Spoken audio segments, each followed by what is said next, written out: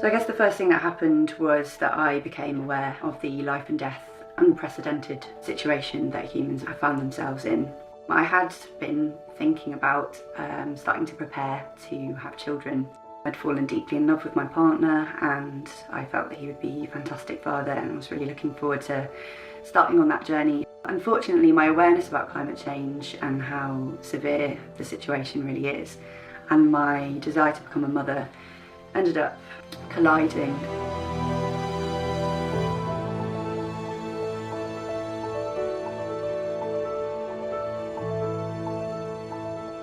As a quick, inadequate summary, what we're facing is food shortages and water shortages as a result of drought, rising sea levels, mass displacement, permafrost methane release. Obviously, carbon emissions are still going up. We're looking at shortages of all of the things that we need to survive, so food, water, and that, as we know, creates a huge instability in human systems, and it's likely that we will experience violence because of these shortages of resources. All of those things blew my mind. My life changed. I effectively took the blue pill from the Matrix and I couldn't go back with what I had learned.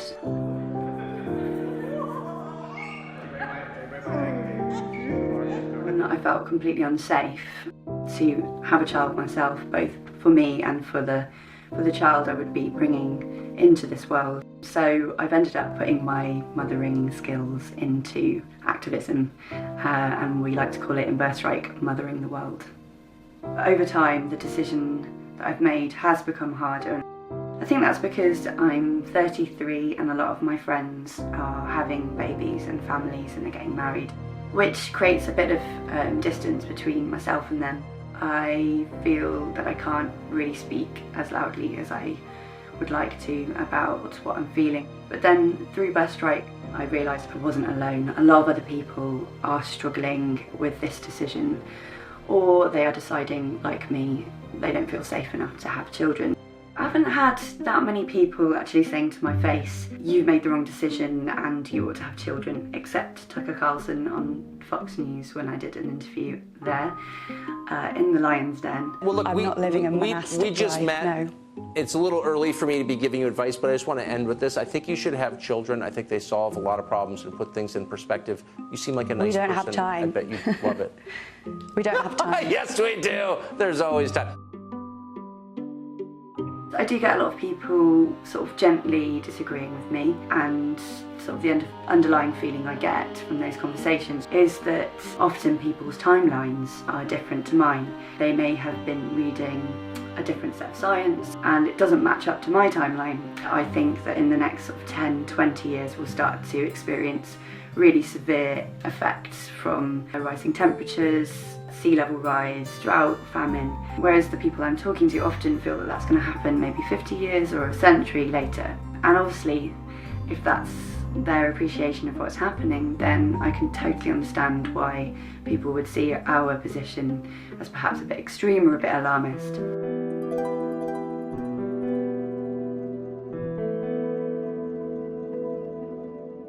For both of us, the question of will we start families, what will those families look like? Climate adds a layer of difficulty across the board that makes those questions much, much weightier. And when we talked about this together, just the experience of having that conversation was really liberating. It was like one of the big kind of pivot points of my life. Being able to say, this is why I fight. Conceivable Future opens our doors to anyone who wants to have a conversation about how climate change is shaping their reproductive lives. That's not just women, it's not actually just people of reproductive age either, grandparents or would-be grandparents. But we welcome anyone who is wrestling with what climate change means for their future. It's not attached to like, oh, you're gonna have a child or I'm not gonna have a child. Yeah. We're brought together by the fact of the question, right? The fact that this is a really difficult moment in time to live a normal life. Conceivable Future has a sort of scaffolding to help people run house parties designed to enable folks to get together to share their feelings and to find some support and some inspiration from sharing their stories with others. We see two ends of a spectrum in these house parties, right? The first end is what sort of harm will my kid do to the world in terms of consumption and carbon footprint and diapers that circle the earth. And the other end of the spectrum is what sort of harm will a hotter and less stable and more violent world do to my kid. Whatever our vulnerabilities are, they're exacerbated by a destabilizing climate. We get an array of responses when people learn about what we do. We often get a feeling of relief. People say things like, oh, I thought I was the only one. I'm so glad I'm not the only one. That characterizes many of the response from the younger folks. But the urgency is something that younger people feel in a way that older people don't always. We were pretty surprised to find that in a number of cases, the response was like, oh, we had kids, it was fine, don't worry about it, like, therefore you should have kids too, it will be just fine. This uncertainty is just sort of part of life. But if an entire generation of people are saying that it feels really risky and really frightening to have a child and we feel unsupported, that should be honored. Yeah. No, it's not easy, kid. No, it's not easy. But we're all living day to day, trying to get along together. In a sense, Birthstrike's goal is to be a Trojan horse, to take the message of the severity of the climate crisis and put it into the mainstream media. We call for a just system change level response to the climate catastrophe. Overpopulation is not the most important point because the most important point is consumption. If everybody consumed the way middle-class Americans consumed, we'd need an extra 4 to 5 Earths worth of stuff. Population control is a total red herring. It's a distraction from system change. We need change in our agricultural systems, in our transport systems, our economic systems, our ideologies, and this change needs to happen immediately. It's a challenge to the wealth of the top 10% and highly affluent lifestyles that go in that 10% and the systems that support those lifestyles.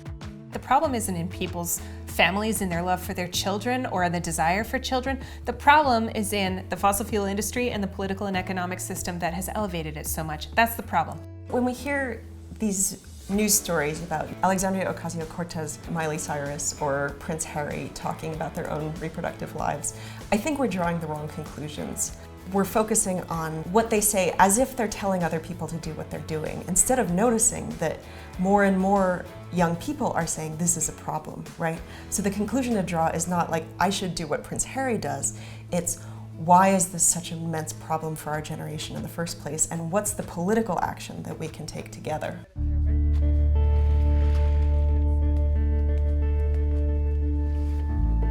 The thing that distinguishes this moment from the moments that are to come is right now we can substantially affect what the future is going to look like. And our kids are not going to have that luxury. Our kids are going to live in the future that we've created by the decisions that we make in the next 10 years, particularly that we begin making now. No generation has ever faced the same entire worldwide unprecedented threat.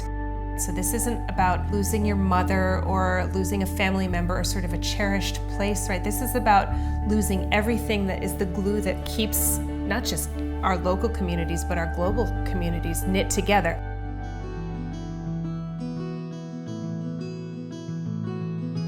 I did kind of expect that doing this work would help me come to a personal conclusion. We've been having this conversation for 5 years, and sometimes I still have that same painful pull to have a kid, and the fear stops me from going down that path. I try to imagine a world that I feel proud to be part of, and it's one where I have children. I still dream about that possibility happening, and that world has rebalanced a lot of things. It's rebalanced our sense of well-being against things like status and money, where we've rebalanced our relationship as humans to each other, and also our relationship as humans to the natural world as well. But I don't dwell too much on what's going to be happening in the future, because I think it's really important to focus all of our energy on what we're doing to try and create that world.